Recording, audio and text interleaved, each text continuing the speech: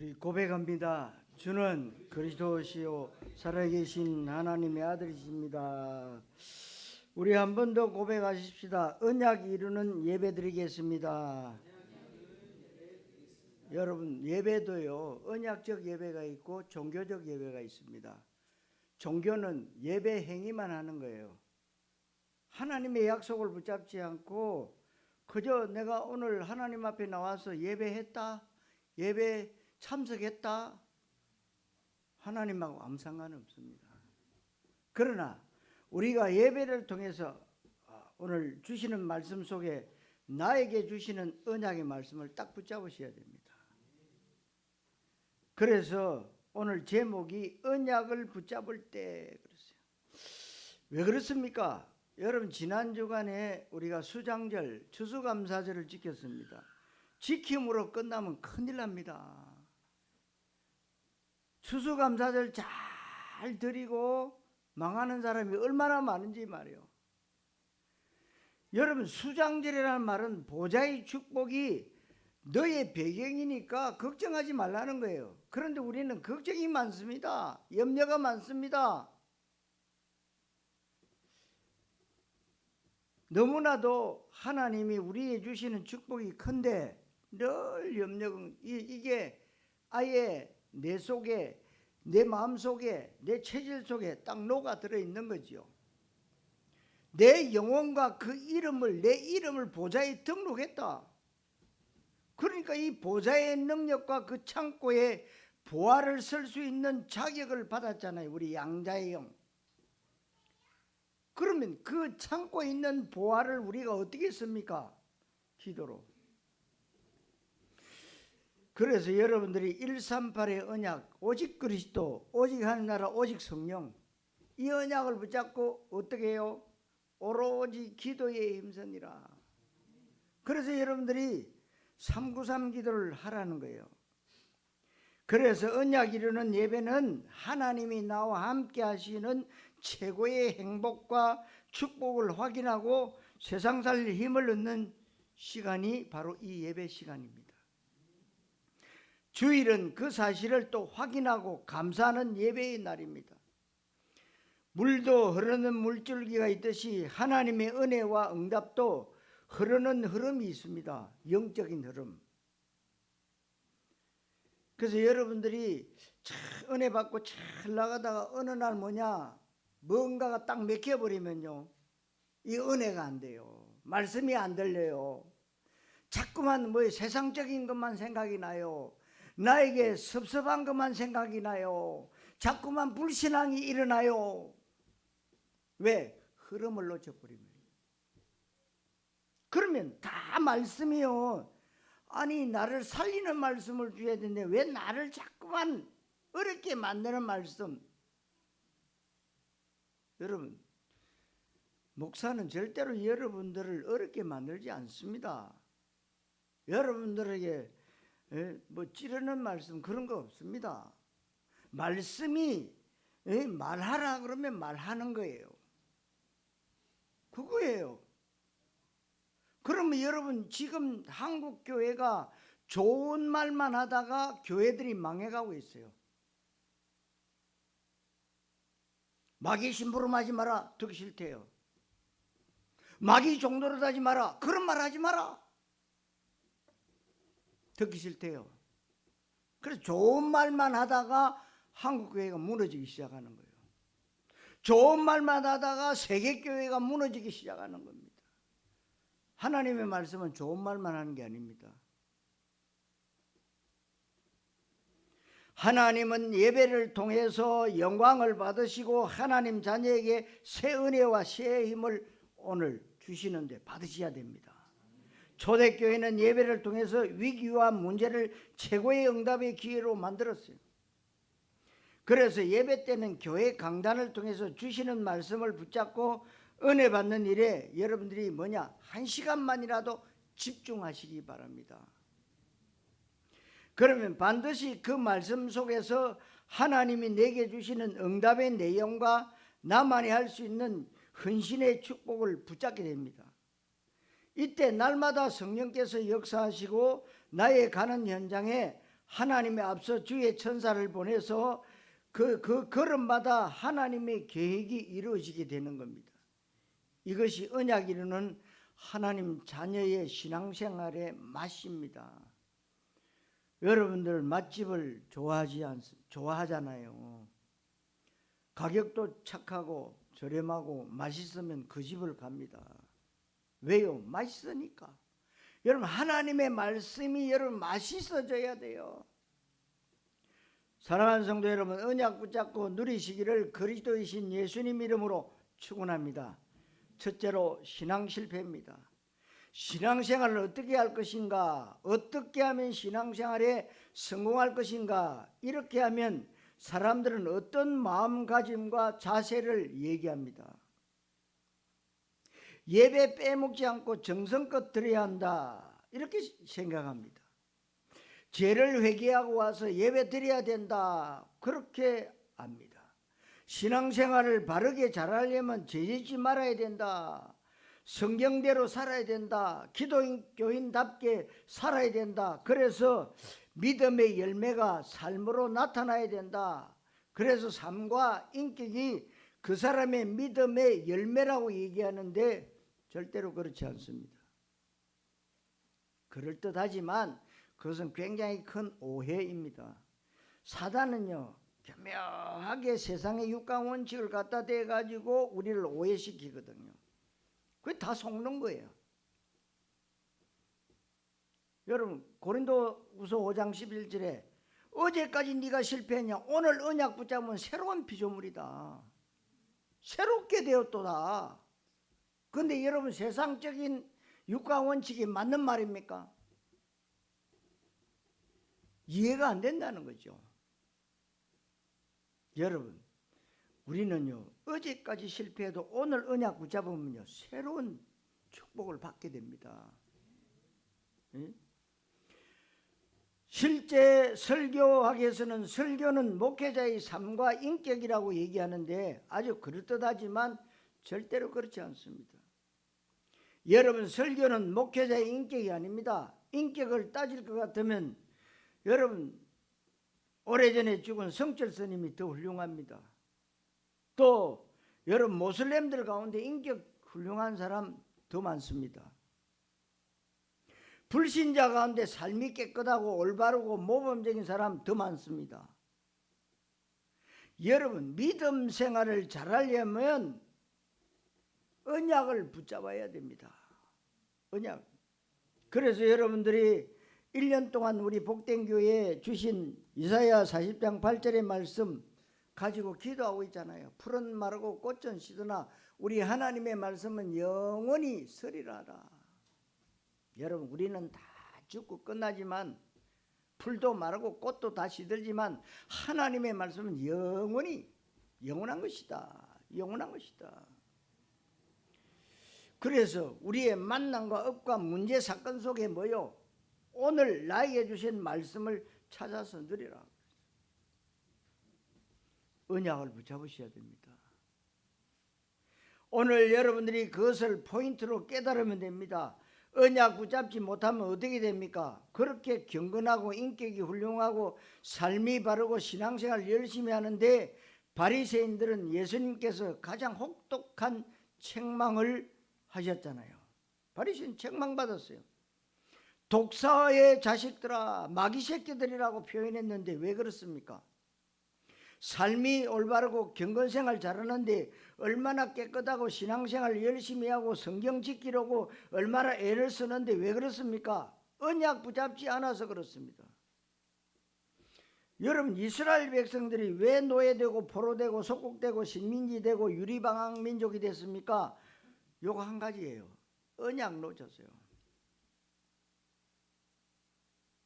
간단한 얘기예요. 언약 하나 놓쳤는데 노예되고. 여러분들 삶 가운데도요, 언약 하나 놓쳤는데 세상적인 것이 다 내게 공격해 오는 거예요. 내 모든 문제가요 큰 문제로 다가오는 거예요. 근데 언약 가졌을 때는 그 문제가 아닌 거예요. 다른 거예요. 여러분, 이것은 굉장히 중요한 얘기입니다. 오늘 여러분들이 언약을 붙잡는 믿음이 바른 믿음이기에 언약을 반드시 붙잡아야 됩니다. 반드시. 언약을 붙잡는다는 말은 어렵지 않습니다. 성경 말씀이 언약인데 성경 말씀에는 하나님의 소원이 있을 것이고 하나님 나라의 주제가 있을 것입니다. 하나님이 가장 관심 갖는 것이 성경 말씀 가운데 있습니다. 핵심을 붙잡아야지 엉뚱한 것, 보조적인 것, 서론적인 것, 주변 것을 붙잡으면 안 되는 겁니다. 오늘 말씀을 잘 깨닫는 시간 되시기를 바랍니다.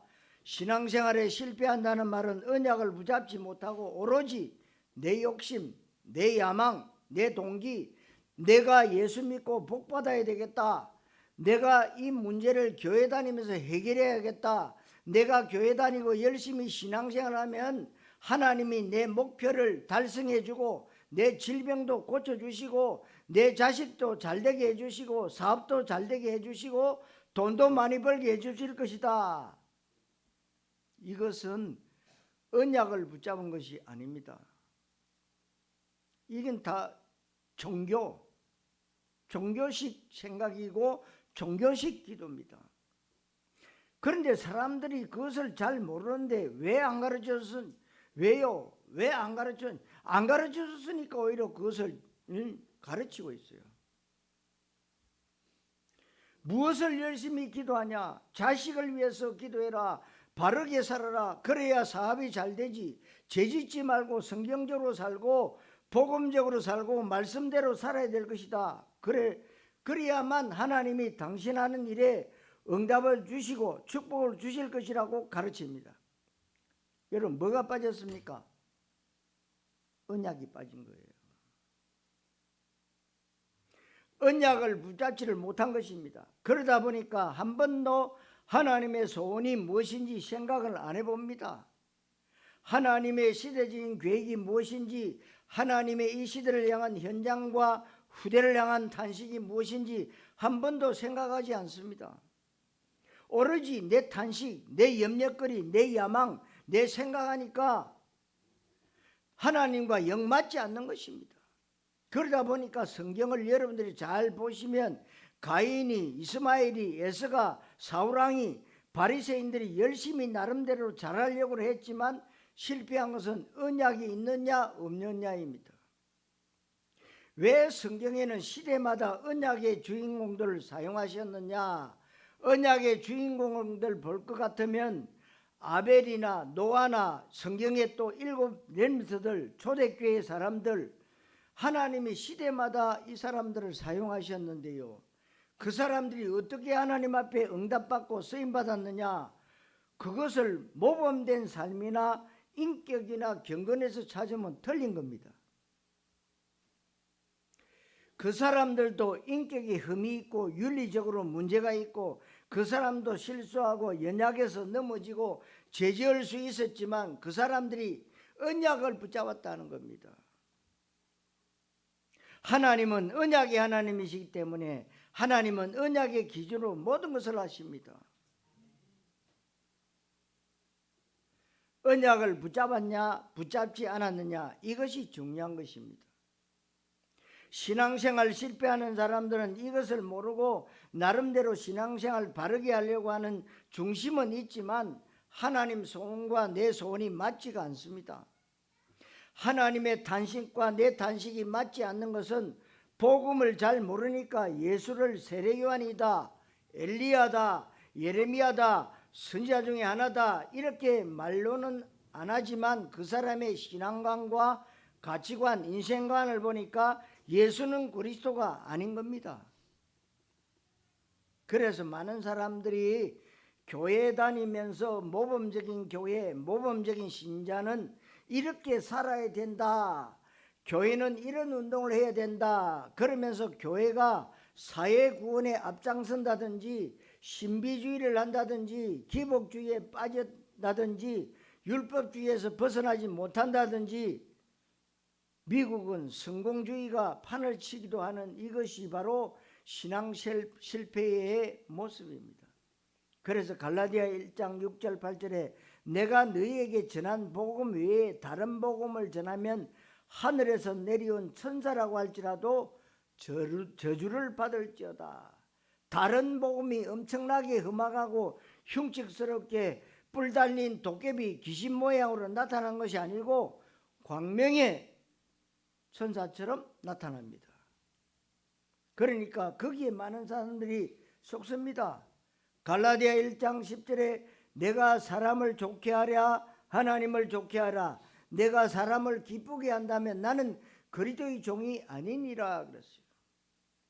사람 중심의 신앙생활, 사람 보고 사람들 비 맞춰주고 사람들 말에 영향받고 사람들의 흐름을 따라가고, 이것이 신앙생활 실패하는 것입니다. 사람 중심, 나 중심, 세상 중심, 그러다 보니까 내가 주체가 되고 내가 내 인생과 신앙의 주인이 되어버립니다. 내가 무엇을 해야 된다고 생각하는데, 그래서 신앙생활에 실패하는 것입니다. 성도 여러분, 신앙생활 실패하지 말고 성공하시고 승리하시기를 그리스도의 신 예수님의 이름으로 축원합니다. 두 번째로, 언약이란 무엇이냐? 중요한 사실은 신앙생활에 실패한다는 말은 하나님의 시간표 밖에 있다는 말입니다. 하나님의 시간표 밖에 있다는 말은 아주 알기 쉽게 말하면 하나님의 관심 밖에 있다. 여러분, 얼마나 저주스러운 얘기입니까? 하나님 관심 밖에 있다. 너 경건하냐? 경건하든지 말든지, 너 열심히 살고 모범적으로 사냐? 그렇게 하든지 말든지, 너 공부 잘하고 똑똑하고 인류대 나오고 높은 자리에 올라가고 돈 많이 벌고 그거야 네 인생 네가 알아서 할 일이다. 이게 하나님의 형벌입니다. 왜 그럴까요? 하나님 시간표 밖에 있기 때문에 그렇습니다. 왜 밖에 있을까요? 못된 짓을 해서 밖에 있는 게 아닙니다. 언약을 놓치니까, 언약을 붙잡지 않으니까 하나님 시간표 밖에 있는 겁니다. 그러면 언약이란 뭐냐? 언약은 성경 말씀이 언약인데 언약과 약속은 같은 말입니다. 창세기부터 요한계시록까지 모든 성경이 하나님의 언약, 하나님의 말씀, 언약입니다. 약속입니다. 그 속에 하나님의 핵심 주제가 있습니다. 그러니까 여러분 아시다시피 구약이 39권이잖아요. 39권의 주제가 뭡니까? 예수님이 그리스도로 오신다 그래요.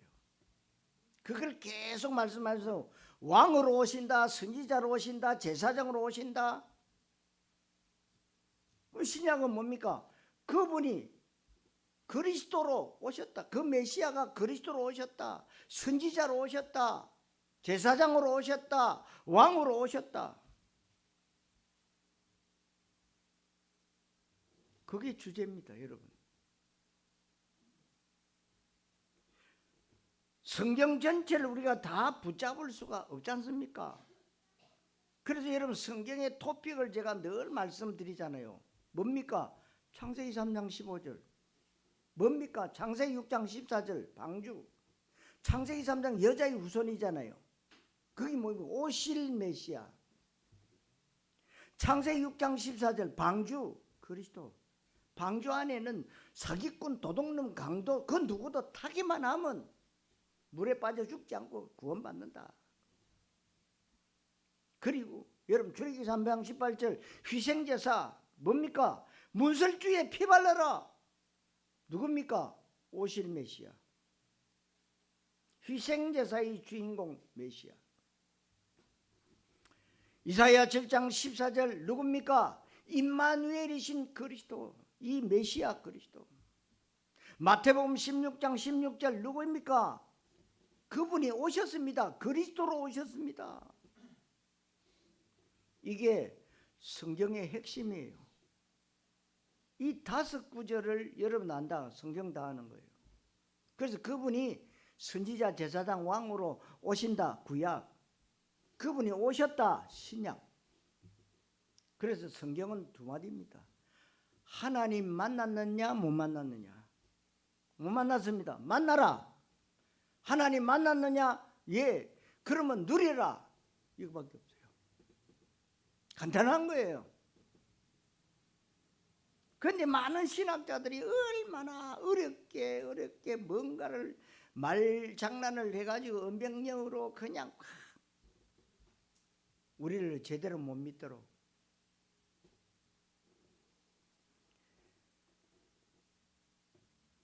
여러분들이 꼭 여러분 아셔야 됩니다. 언약을 꼭 붙잡으시고, 언약을 붙잡은 사람은 이런저런 이유 불평 원망 없어요. 계속 393 기도하게 돼 있어요. 138의 언약을 붙잡고 오로지 14 기도하게 돼 있어요. 하나님이 강조하는 것, 우리에게 원하시는 말씀이 있는데 그게 언약의 핵심이다. 그것이 바로 요한복음 3장 16절에 하나님이 세상을 이처럼 사랑하사 독생자를 이는 저를 믿는 자마다 멸망치 않고 영생을 얻게 하려 하심이라. 그러니까 성경 구절을 66권 가운데 쫙 줄여서 한 구절만 말해라. 요한복음 3장 16절이에요. 디모데전서 2장 4절, 요한복음 5장 39절, 요한복음 20장 31절, 그리스도와 구원과 생명과 영생과 그리고 현장과 하나님의 나라와 전도, 선교, 제자, 렘트 세계복음화. 이게 성경 전체에 흐르고 있는 하나님의 최고 소원과 최고 관심입니다. 그래서 237 5천종족 세계복음화에 저와 여러분들이 쓰임받는 거예요. 이것을 붙잡았다는 말은 거기에서 내 인생의 완전한 해답과 결론을 내렸다는 얘기입니다. 이 사람은 언약적 믿음의 사람, 내 야망을 붙잡은 종교적 믿음이 아니고 하나님의 언약을 붙잡은 언약적 믿음의 사람들입니다. 여기에서 내 삶의 이유가 결정되는 것입니다. 사랑하는 성도 여러분, 올바른 언약을 붙잡고 누리시기를 그리스도이신 예수님 이름으로 축원합니다. 세 번째로 언약 붙잡을 때입니다. 굉장히 중요한 일이 일어나는데 언약을 붙잡는 때부터 하나님이 일하시기 시작합니다. 언약을 붙잡은 사람에게 성령께서 역사하시기 시작합니다. 언약 안 붙잡으면 하나님이 그 사람에게 일을 할 이유가 없잖아요. 약속이 안 돼 있는데. 여러분들이 다른 사람과 약속해야 약속 지키지요. 약속 안 했는데 여러분, 내가 육지 나가려면 공항 가가지고 여기서 인터넷으로 하든지 뭘 하든지 비행기표 사야 됩니다. 내가 내일 몇 시 몇 분에 비행기 타고 육지 가야 된다. 비행기표 안 사고 그거 암만 앉아 있어도 비행기 안 태워줘요. 비행기표 사는 게 뭡니까? 약속이잖아요. 약속대로 비행기표 사가지고 들어가가지고 몇 번 출구다. 그 들어가 있어야 돼요. 왜요? 약속. 근데 약속 안 지키고 하나님 앞에 날 달라고 땡강 부리사도 안 줘요. 왜? 약속 안 했기 때문에. 이만큼 약속이 중요하다 이 말입니다. 약속 없는 자나 약속 있는 자나 다 똑같은 거 아니냐? 아닙니다. 여러분 약속 붙잡으세요.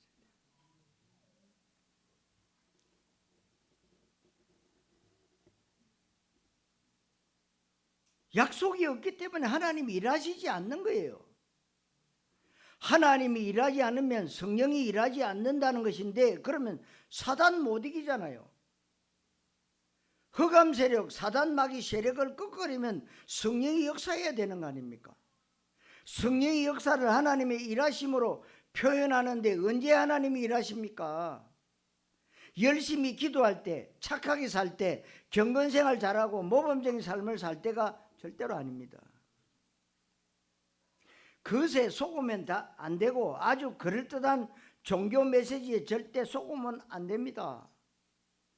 여러분 하나님의 일하심의 기준은 믿음인데 믿음은 믿음인데 어떤 믿음이냐? 언약 붙잡는 믿음, 야망 붙잡고 열심히 정성껏 믿는 믿음 말고 언약 붙잡는 믿음이 하나님의 일하심의 기준이 되어야 됩니다. 사도행전 1장 12절 14절에 마가다락방에 120명이 모였는데 이들은 하나같이 야망을 내려놓았습니다.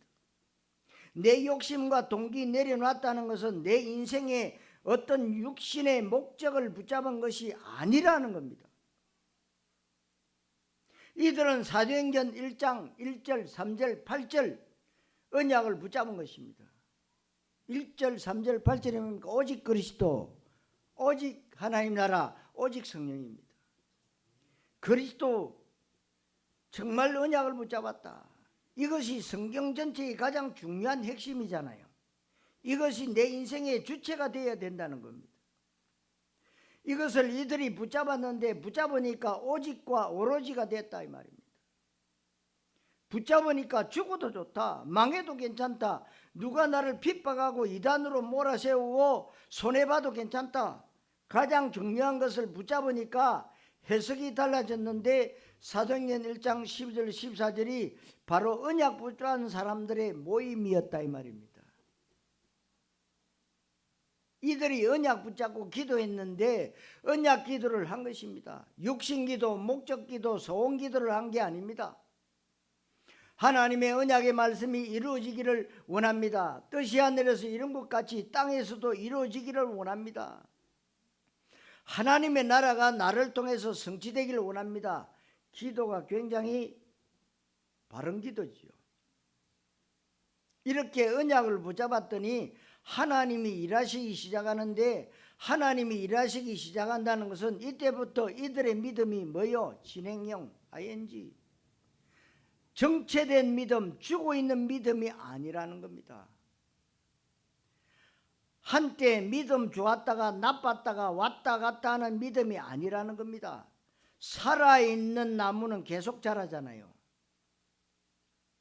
살아있는 나무에 물 주면요 계속 자라갑니다. 근데 죽은 나무 물 주면 계속 썩어요. 그래서 언약을 저와 여러분들이 딱 붙잡고 믿음이 되면 그때부터 내 믿음이 성령의 역사와 흐름 따라가는 겁니다. 언약의 흐름을 따라갑니다. ing요. 세계복음화 되어질 때까지 현재 진행형으로 믿음이 살아서 가는 것입니다. 여러분, 그리스도에 담나지 않는 사람을 보면 그 신앙생활이 좋을 땐 좋지만 예배당 문을 나서면 메시지 잊어버립니다. 어느 교회를 가든지 설교 말씀 노트하지 않고 서양교회 특별히 노트 필기 절대 안 하고 그냥 듣습니다. 아무리 IQ 좋고 머리 좋아도 하루 지나면 잊어버려요. 교회 문 나서면 다 잊어버리는 것은 그 머릿속에 온갖 염려, 근심, 야망, 동기가 가득 차 있기 때문에 말씀 들어갈 자리가 없는 겁니다. 그래서 여러분들이 이유와 핑계를 대지 말라고 예배 마치고 가면서요 다 제가 메시지 한 거 그대로 종이에 옮긴 거 그대로 드리잖아요. 왜? 또 확인하라고. 들으면서 mp4로 들으면서 확인하라고. 정말 언약이 성취되는가 안 되는가 확인하라고. 그러니까 언약 붙잡는 믿음이 얼마나 큰 축복인지를 여러분이 알게 되시기를 바랍니다. 이들이 언약 붙잡고 120명이 마가다락방에서 오로지 기도에 힘썼는데 말씀과 기도와 전도가 살아서 흘러가는 것입니다. 말씀과 전도와 기도의 흐름을 따라가게 되는 것입니다. 그러면서 하나님의 절대 제목이 보여집니다. 나의 절대 제목이 아니고 하나님의 절대 제목. 예수는 그리스도, 하나님의 나라, 오직 성령이라고 하는 하나님의 절대 제목이 딱 붙잡히는 것입니다. 그러면 절대 제목이기 때문에 다른 제목은 내 눈에 안 들어오고 별로 관심 가지지 않습니다. 이때부터 하나님의 절대 응답이 시작되는데 하나님이 나와 함께 하시는 위더입니다. 하나님이 우리와 함께 하시는 임마누엘입니다. 모든 것에 하나님이 역사하시는 원네스의 응답입니다. 이게 교회의 진짜 모습입니다. 이렇게 했더니 하나님의 절대 시간표가 시작됩니다. 아무도 알 수 없고 아무도 볼 수 없고 아무도 갈 수 없는, 또 아무도 할 수 없는 그것을 우리가 할 수 있는 것입니다. 그것이 복음 전하는 것입니다. 그것이 노바디 절대 응답입니다. 사랑하는 성도 여러분, 언약 성취의 증인 되시기를 그리스도이신 예수님의 이름으로 축원합니다. 자, 결론. 여러분 나름대로 나의 로마가 있어야 된다. 여러분 237 5천 종족을 향해서 하나님, 나는 어떤 나라를 위해서 기도할까요? 그래서 여러분 저기 서울에 있는 예언교회는 모든 아이들까지요, 싹 다 237 나라 5천 종족 다 갈라서 나는 어느 나라를 위해서 기도하겠다. 다 갈랐어요. 그래서 계속 뭐냐, 237을 향해서 기도하는 거예요. 237이 뭡니까? 유엔에 등록된 나라가 237개 나라라.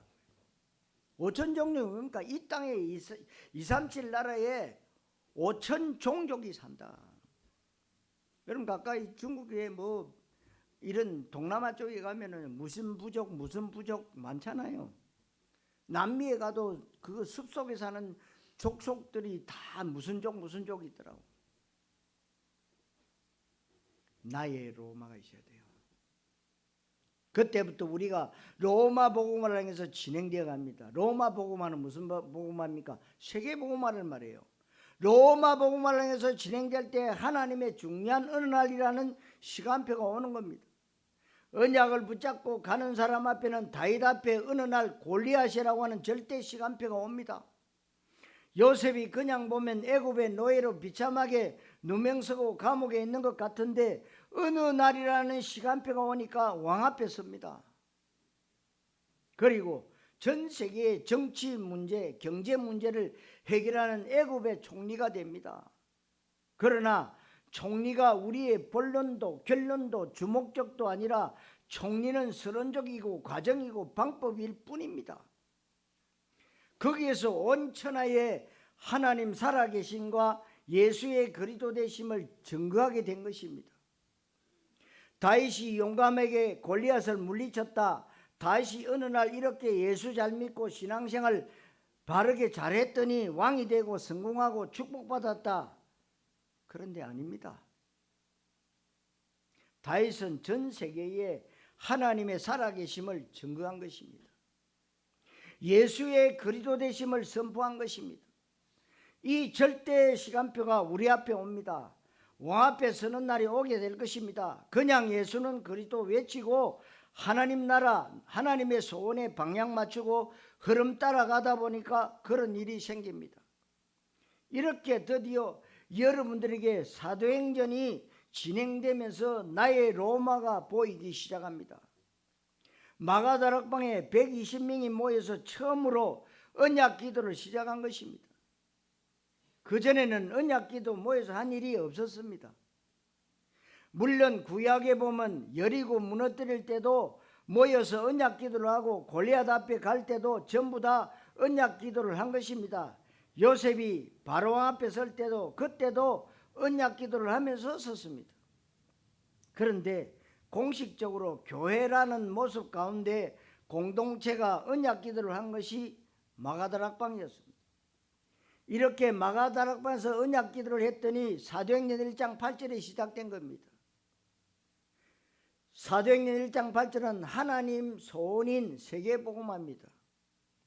237 세계복음화가 언약 붙잡고 기도했던 마가다락방에서부터 시작됐습니다. 중간에 각인, 뿌리, 체질이 잘 안되고 예틀을 버리지 못한 사람들은 떨어지기도 하고 탈락되기도 하고 뒤처지기도 하고 했습니다.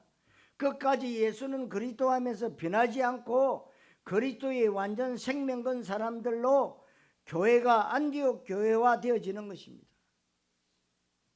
예루살렘 교회가 안디옥 교회가 된다는 말은 예루살렘 교회의 멤버들이 그리스도의 완전 담나면서 안디옥 교회 멤버화 된 것입니다. 이렇게 되어야 이방 선교를 할 수가 있는 것입니다.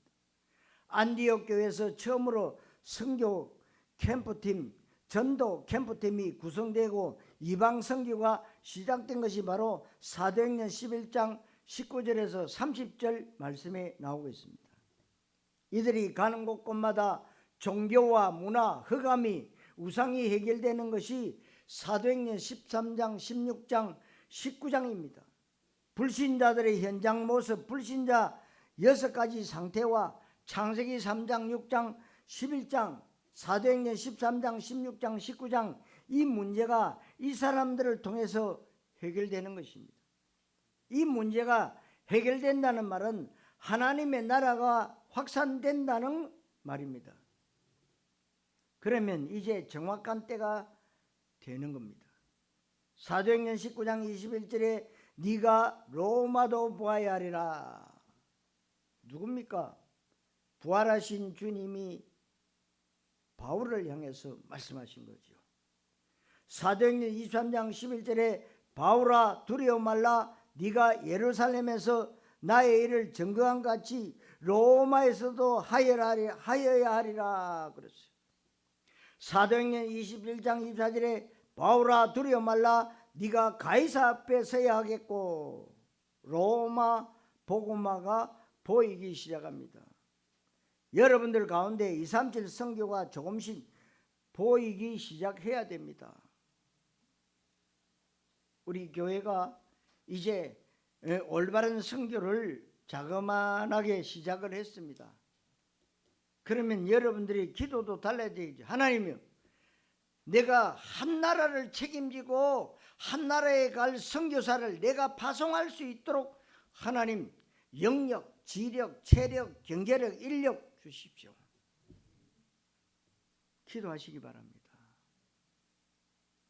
내 형편, 내 꼬라지, 내 처지 보면은 그런 기도가 안 나오겠죠. 여러분, 요셉은 감옥 안에서도요 세계복음화를 놓고 기도했다는 거예요.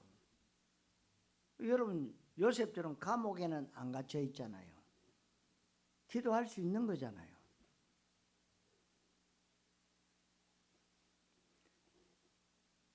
(237) 선교가 이제는 조금씩 보이기 시작해야 됩니다. 많이 보이는 사람도 있고 덜 보이는 사람도 있지만 개인 시간차니까 괜찮아요. 237 선교가 막연했고 세계복음화가 막연했는데 조금씩 보이기 시작하고 있습니다. 로마 복음화가 이때부터 보이기 시작하는 겁니다. 드디어 사도행전 28장 30절 31절에 바울이 로마 감옥에 갇혔는데 거기서도 바울은 그리스도와 하나님 나라 끝까지 합니다. 바울이 온 이태를 자기 셋집에 머물면서 자기에게 오는 사람을 다 영접하고 하나님 나라와 주 예수 그리스도에 관한 것을 거침없이 담대히 말하니라. 이러면서 사도행전이 끝을 맺습니다. 그냥 끝을 맺고 마침표를 찍는 것 같은데 알고 보면 지금도 진행되고 있다는 것입니다. 그러니까 여러분들은 지금 사도행전 29장을 쓰고 있는 겁니다. 그래서 여러분들에게 CVDIP 언약을 붙잡아라. 393 7대 여정의 기도 속에 들어있잖아요. 언약 속에서 비전을, 언약 속에서 꿈을 꾸고, 언약 속에서 하나님의 형상을 회복하고, 언약 속에서 영적인 작품을 만들어라. CVDIP. 그래서 여러분, 이 교회가 정말 237 치유 서밋, 이방인의 뜰, 기도의 뜰, 아이들의 뜰이 될 수 있는 교회당이 되고, 그래서 금토일 시대를 열어라. 말귀를 알아들으시면 그게 응답이에요. 지금도 사도행전적 로마 복음화, 성경적 세계 복음화는 진행이 되어지고 있다. 현재 진행형입니다. 그러니까 여러분들, 우리가 자그마니 일본 선교를 시작하니까 일본에 있는 선교사님이 힘을 얻고요, 얼마나 이렇게 선교를요 힘차게 하고 계신지, 인도를 잘 받아가면서 여러분들에게 하나님은 그런 축복을 주시는 겁니다. 동일한 은혜. 세계복음화를 향해서 가고 있는데 이 속에 누가 들어오느냐? 언약 붙잡은 사람들이 이 흐름 속에 들어오는 겁니다. 저와 여러분들이 그 주역입니다.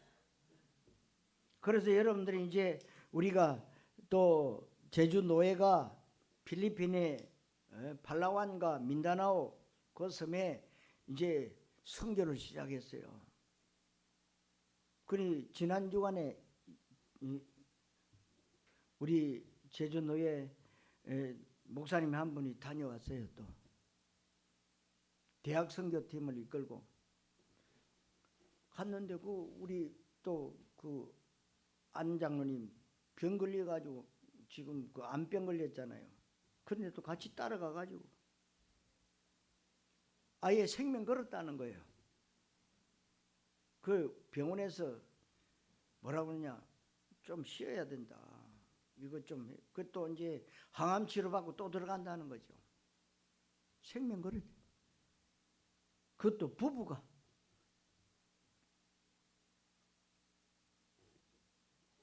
얼마나 감사한 일입니까? 왜? 하나님의 손이 그 속에 있기 때문에.